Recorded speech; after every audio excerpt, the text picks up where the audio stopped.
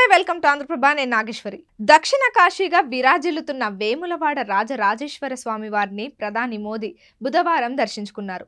లోక్సభ ఎన్నికల ప్రచారంలో భాగంగా వేములవాడకు వచ్చారు. హెలికాప్టర్లో వచ్చిన ఆయన నేరుగా రాజన్న ఆలయానికి చేరుకున్నారు. ముందుగా కోడెమొక్కు చెల్లించుకొని గర్భాలయంలో కొలువుదీరిన స్వామివారికి ప్రత్యేక పూజలు చేశారు.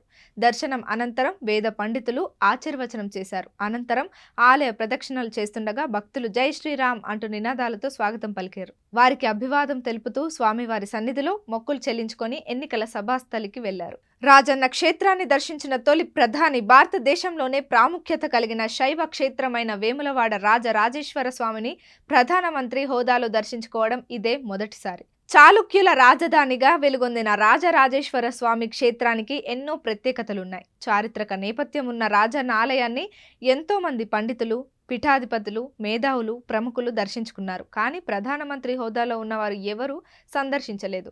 రాజరాజేశ్వర స్వామిని మొట్టమొదటిసారిగా దర్శించుకున్న ప్రధానమంత్రి మోదీ తన పేరిట చరిత్రలో నిలిచేలా రికార్డు సృష్టించారు.